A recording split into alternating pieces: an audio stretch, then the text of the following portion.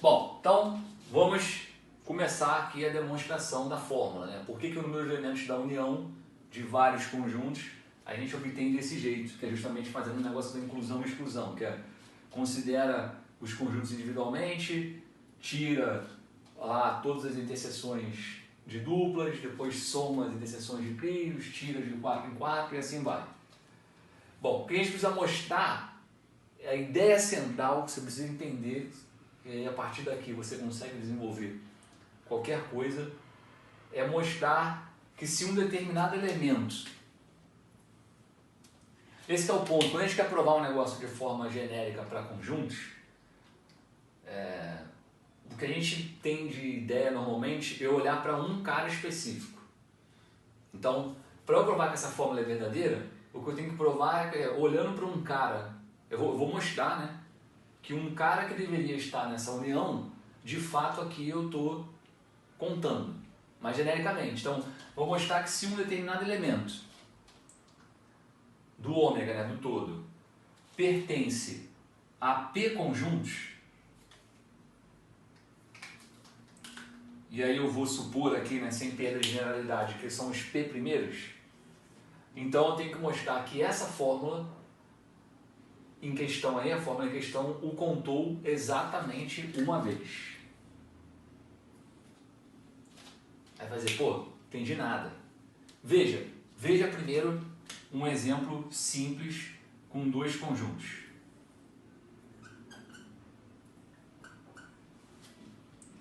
Aí aqui, para dois conjuntos, que é um caso bem simples, tem dois tipos de elementos. Dos caras que estão na união, tem um cara que está, por exemplo, aqui, é um tipo de elemento que eu tenho que considerar, e tem um cara que esteja, por exemplo, aqui. Tem aqui também, mas esse cara vai ter as mesmas... O elemento que está só no A2, ele tem as mesmas características do cara que está só no A1. Porque o importante é o seguinte, o vermelho aqui é um elemento que está em um conjunto só.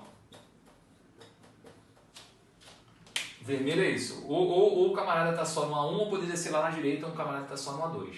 Então esse elemento tem um tipo de característica aqui que eu tenho que analisar quando eu faço esse somatório. E esse aqui é diferente, porque esse camarada aqui, vou botar aqui de verde,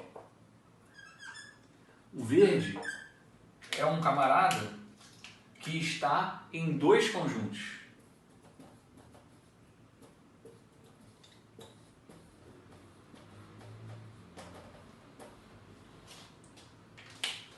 Então, a fórmula da união, quando a gente pensa em união, o que a gente faz é considerar todo mundo que apareceu, e aí não importa se apareceu uma vez só, se apareceu duas, ou se apareceu mais, quando a gente faz a união de dois conjuntos, o que a gente quer é pegar todo mundo que apareceu em alguns dos conjuntos em questão e quer considerar esse número uma vez só.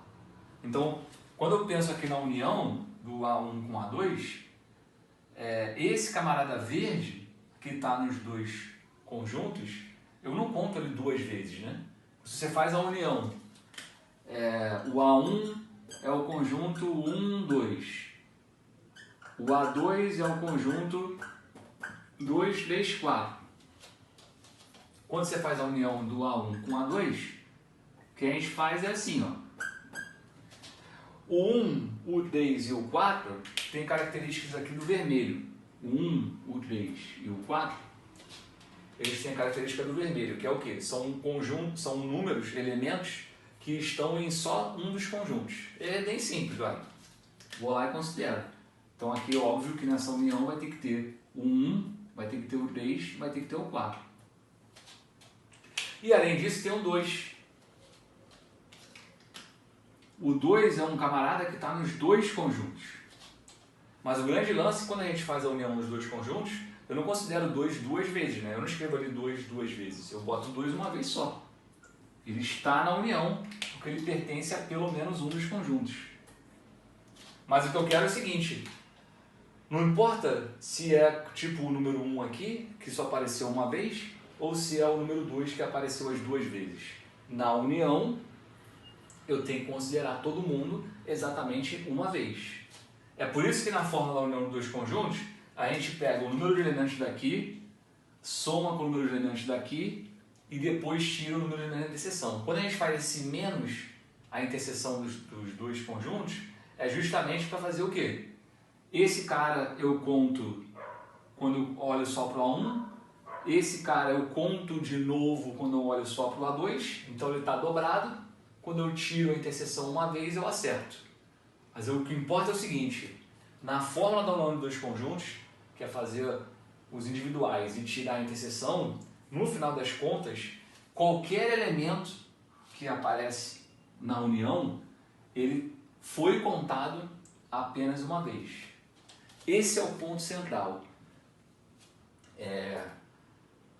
O elemento, se aparece em um conjunto só, se ele aparece em dois conjuntos, se ele aparece em todos os conjuntos, quando a gente faz a união, esse camarada a gente só quer contar uma vez. Então essa fórmula tem que estar garantindo isso. Aí eu fiz aqui de forma genérica. Eu vou genericamente considerar que tem um determinado elemento que participa de P conjuntos, genérico P. O N é genérico, eu estou fazendo uma união de N conjunto genérico, e o P também é genérico, porque aqui, né, eu tenho aqui dois tipos de cara. Quando eu penso em união de três conjuntos, eu vou ter três tipos de cara. Para três conjuntos, tem esse camarada aqui, que só aparece em um dos conjuntos. Tem esse camarada aqui, que é um elemento que está em dois conjuntos.